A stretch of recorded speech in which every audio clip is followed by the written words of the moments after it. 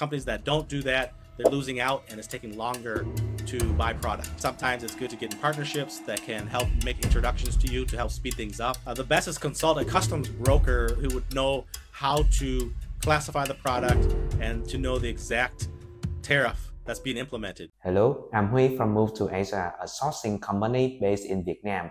We have foreign company scale with vetted factory and operation procurement supported in Asia with a strong focus in Vietnam. Today, I'm joined by Vinh Ho from US, who is working in the supply chain, import and export industry with years of experience export product from Vietnam for his previous business. Today, we outline the new US tariffs on Asian goods, how they affect the landing cost and practical steps to protect the margin. If this is useful, please subscribe and let's get started. Hello Vin, I hope you are doing well and thank you for joining us today. Hi, Wade. Nice to be here. My pleasure. Okay, so let's get started. On August the 1st, 2025, the US implemented new tariff called Reciprocal Tariff. Vin, can you first explain what a reciprocal tariff is? Yeah, reciprocal tariffs are from the United States government led by Donald Trump, and it is a theory, an idea of to increase the import tariffs abroad from various countries such as China, Vietnam, Southeast Asia, and other countries. So whatever the US believes that we have a trade deficit, it'll try to change that. It'll try to improve on that by putting on reciprocal tariffs on other countries. The tariff it happened on August the 1st, 2025. And do you think what is the goal of this policy? Well, right now, Donald Trump believes that America is being ripped off or is being cheated for many years. He believes that foreign countries take advantage of the US by selling their products into the United States. A perspective that's many economists don't see the same way. And it's really unfortunate because in trade, we have comparative advantage. Each country does something better at a lower cost, more efficient. And the reason why companies come to Asia, specifically to Vietnam, is they can get goods, specifically shoes and clothing, cheaper than they can make somewhere else. But in Donald Trump's eyes, he believes that there should be a price to pay for foreign countries to do business in the United States. But actually, a lot of American companies, they take the lead and they outsource and they manufacture abroad just because of the cost saving, lower labor costs. They have access to a skilled workforce. They have supply chains. They have eager workers to produce the product in America. So the American companies actually are doing very, very well, very, very profitable. Like Apple, they can design, they can have the high-paying jobs in America and then outsource to Foxconn in China or India. So unfortunately, the idea for Trump is to bring manufacturing jobs back to the United States, but I have a hard time seeing that coming to fruition. Okay, so thank you Vin for your insight. Let's discuss the practical detail. As of August 15, the current tariff rate for the Asian country is China of 30%, Vietnam 20%, Thailand, Cambodia, Indonesia, Philippines, and Malaysia. They share the 19% tariff. Brunei 25%, Singapore 10%, India 25%, Laos and Myanmar 40%, which is the highest in the region. So why are the percentages so different between these countries? That's a good question, Hui. I think it has to do with the Trump administration. I think they compared and they looked at the trade deficit or surplus between the United States and a specific country. And honestly, I think it's kind of an arbitrary number. Donald Trump likes to put a high tariff on a country and then have countries come to him and then negotiate a lower tax or lower tariff or duty. And so it's really hard to understand what they're trying to do because, as you mentioned, Cambodia or Laos, one of the countries, has a 40% tariff. They don't trade, they don't export many products to the United States. So it doesn't really make sense of why they have such a high tariff. I understand China and Vietnam because they have a large proportion of their economies. They export a lot of products to the United States. So a lot of that really I don't understand. Okay, so do you think what specific challenge do the Asian exporter have compared to the other regions? It's going to be quite tricky. It's going to be different because every country in Southeast Asia have similar tariffs. Laos might actually have a higher tariff than Vietnam, so it really depends. And it's going to be difficult because every Southeast Asian country they specialize and they're good at certain things. Like I mentioned earlier, Vietnam is good in textiles, sewing, clothing, and furniture, and things like that. Whereas Cambodia might make tools or machinery for export, but compared to Vietnam, it's a much smaller amount. And so it depends on the industry, number one, and the country that is manufacturing. So right now, Vietnam leads Southeast Asia in terms of manufacturing and export to the West, to Canada, to Europe, to the United States. So it's going to be more expensive for consumers, and then it's going to bring less business for these manufacturing companies in those specific countries. For example, now we have a high tariff on Vietnamese goods, so Americans and importers will buy less, and that means the factories will start to slow down in Asia and in Vietnam. Again, I don't really know how they came up with the numbers, but it really doesn't make sense to me. Okay, so Vietnam is end up with 20%, not actually high but not low either. So do you think how Vietnam react to that number? Donald Trump wants to slap on tariffs on any country. And I think he believes that, like you mentioned, 20% compared to other, it's in the middle. It's historically quite high because a lot of Vietnam goods that came to the United States prior to this period was only had a 2.5% tariff. So very, very low. So we're looking at maybe 6 or 8 times more expensive or a higher duty. It'll be interesting to see how things play out. So I think it will discourage some business, some trade between the two countries. So in the past, you might have one company might buy 10 containers a month from Vietnam. Now it might go down to 8 containers or 5 or 6 containers because of the 20% that they have to pay, because they have to turn around and then charge the consumer, and then the American consumers will buy less because the price is higher. So we're going to see a cascading effect where that's going to be lower trade, lower amounts of goods being traded between the two countries. Okay, so now let's turn our attention to India. Its rate is currently at 25%, but there are some news floating around that the potential will be increased to 50%. From a sourcing agent view, how does this threat change the conversation? Yeah, right now officially it's 25%, but Donald Trump has threatened to 50% on tariffs, and that would be too high. I mean, at that rate, a lot of businesses are not going to buy from India, so we're going to see a drop in trade between the two countries if that 50% rate is still there. And then if importers have no choice and they still have to buy their product from India and pay that higher rate, they're going to go ahead and charge the American consumers a much higher rate for those goods. They're going to be very expensive. So actually trade, I think, is going to be cost prohibitive at 50%. I don't know who in America or what importer is willing to pay 50% for, on top of the goods that they buy that come to the United States and then turn around and try to make a profit, because it's just too costly. So I'm seeing a problem between the U.S.-India partnership. And unfortunately, again, I think Donald Trump has personal grievances. He lashes out on certain countries. He's upset about something. And then he, for political reasons or how he's feeling, he'll just say, I'm going to threaten up to 50%. So unfortunately, that doesn't help businesses at all. Okay, thank you, Vin, for your point of view. So the threat of 50% tariff introduced a high level of political risk. For many of my clients, that uncertainty is the biggest problem. A sudden tariff increase of that size can erase a profit margin overnight. It makes it very difficult for a business to commit for a long-term production plan in India. So our professional advice now is to be very cautious.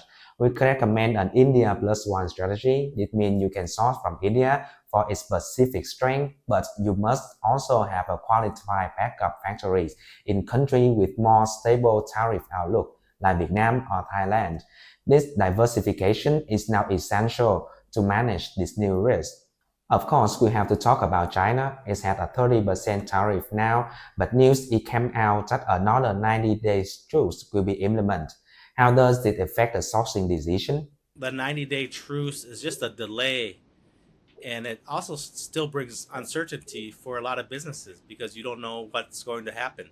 If I place my order now in 90 days, I don't know if the tariff's going to go up or is it going to go down. So I'm going to wait. So again, that's going to discourage me as an importer to buy product from China. And so that's going to decrease trade between the two countries. It's going to lower the goods coming into the United States from China. And it doesn't help businesses because businesses, every day we need product to run our companies. We have inputs, we have parts that we need, and we need to turn around and sell them to the consumer. We need to manufacture here in the US also. And then we also import Chinese products, Chinese parts. Again, the 90-day truce does not help the business community. And unfortunately, again, it just adds more uncertainty to what's going on. Okay, thank you, Vin. I also align with your view. I think the 30% tariff of Chinese goods is the fundamental reason why so many companies are moving to China Plus One strategy in the ASEAN and India. The new 90-day truce is important, but from a sourcing agent's perspective, it's a temporary pause, not a long-term solution. It creates extreme uncertainty. Business cannot build a 1 year or 2 year strategy on a 90-day truce. The risk that a 30% tariff will return is very high. My advice to clients is to use this period to accelerate your diversification out of China, not to delay it. The truce gives you a short window to move to qualify new factory in Vietnam or other country with some stable trade outlook. And then why are the rates of Laos and Myanmar so high at 40%? I have no understanding of why the 40% rate is on those two countries that are very, very quite poor, and they don't manufacture and export hardly anything. I can't think of anything that those two countries manufacture to the U.S. or to Europe, to any other country. I think the high rate is just U.S. administration wants to punish those countries for some reason, but I have no understanding of why, no logic of that reasoning. Okay, so from my understanding, some of the reasons might be the limited product traceability and a high risk of a tariff avoidance. For these countries, there are gaps in data and their custom agency have fewer resources. This makes it difficult for the US agency to verify the document.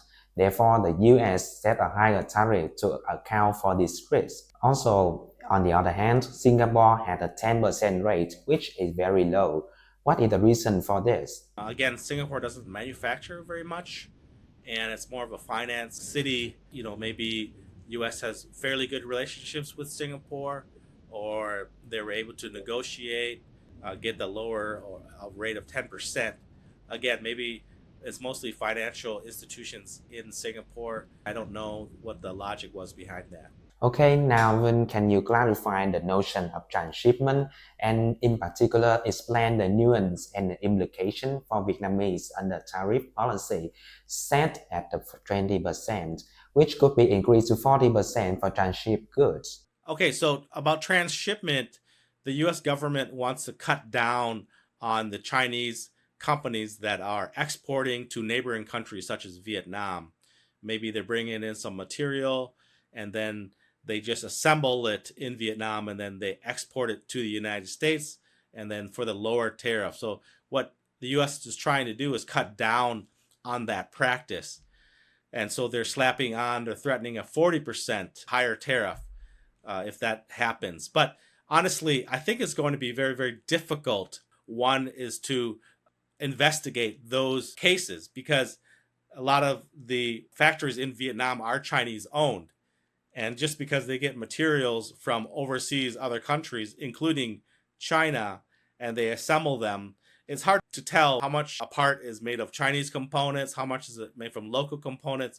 It's going to be an issue, very time consuming to actually investigate that and then have that come to the US and then say, okay, actually, a lot of the components came from China, so we're going to put a 40% tariff. So again, in theory, they're trying to cut down on that, but in practice, I think it's going to be very, very difficult. And honestly, I believe it does happen in some cases, but it's not a big problem of transshipment. What I believe, what I've studied, what I've seen. So those are just my thoughts. To add some more information, the key nuance is what U.S. Customs calls substantial transformation. For a product to be legally considered made in Vietnam, it must be fundamentally changed here. Simple assembly like attaching a leg to a tabletop or just repackaging or relabel a product is not substantial transformation. The country of origin is where the most significant manufacturing work happened. Now for the implication in Vietnam, the U.S. government is watching this very closely. If U.S. Customs investigates a shipment and find that the goods are actually from China and were only minimally processed in Vietnam, the consequences are very severe. Instead of applying a Vietnam 20% tariff, they will apply a penalty tariff rate, which is set at 40% for Vietnam. But the damage goes beyond that single shipment. The importer can face large financial penalties, the goods can be seized, and both the US importer and Vietnamese factory can be put on a blacklist. This makes any future trades extremely difficult. My advice to all the clients is this: you must perform a deep due diligence on your supplier. You need to see the clear proof of the manufacturing process happening in Vietnam. Ask for a detailed bill of material to see where all the components originate. The 20% tariff is a manageable business cost. A 40% penalty of transshipment is a business-ending risk. It is a risk you should never take.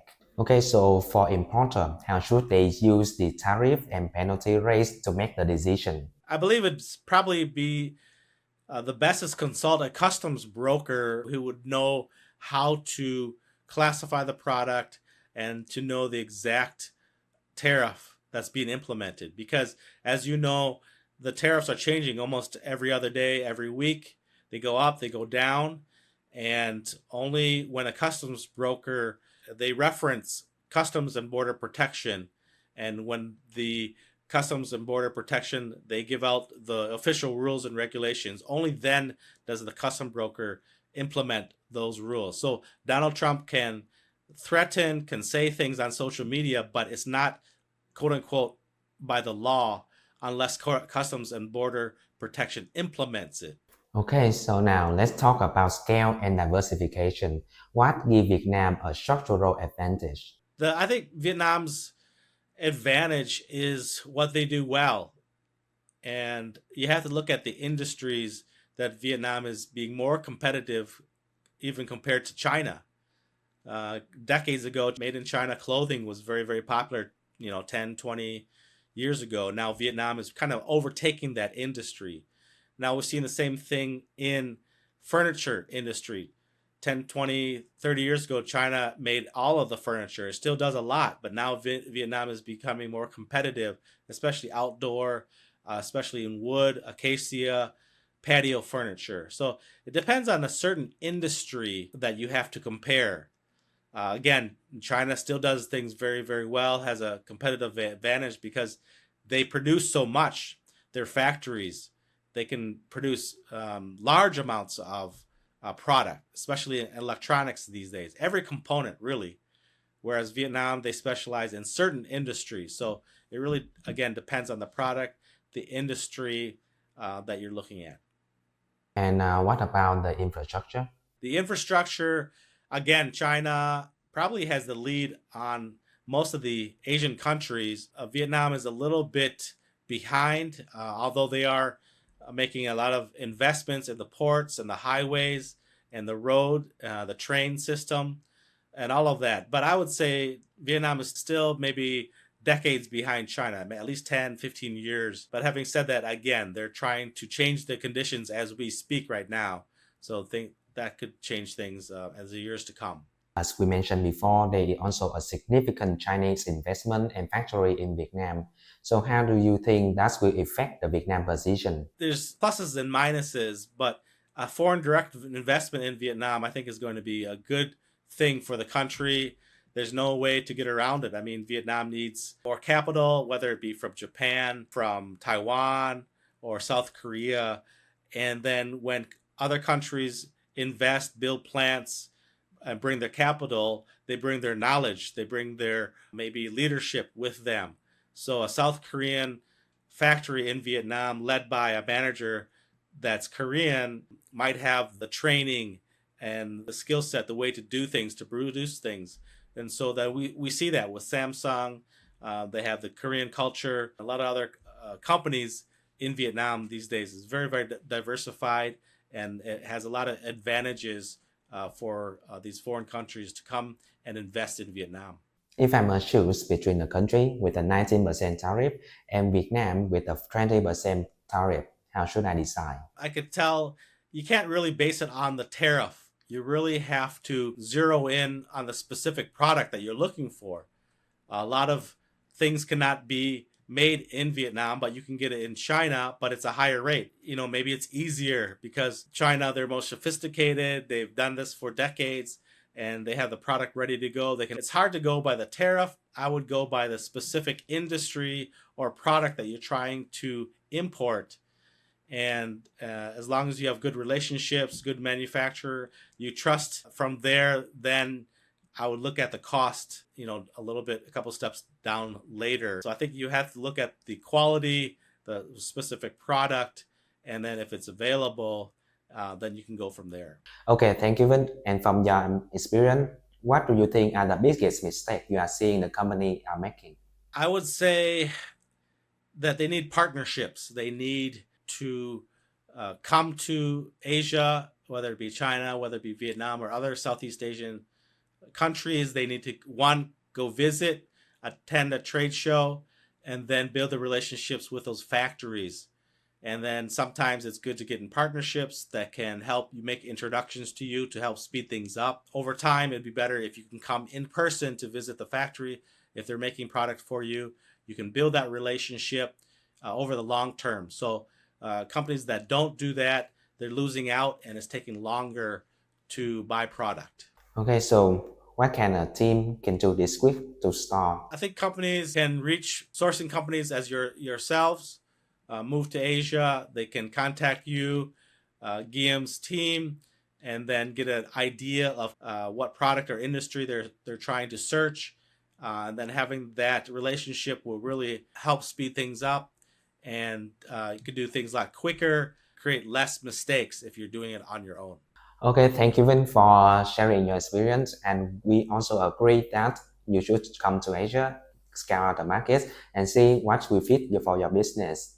Thank you, Vin. And to our viewer, please subscribe for more updates and like this video if you found it helpful.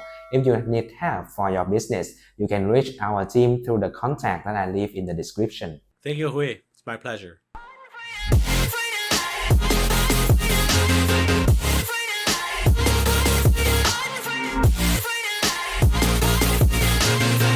Down and I'ma get it right, dead on sight like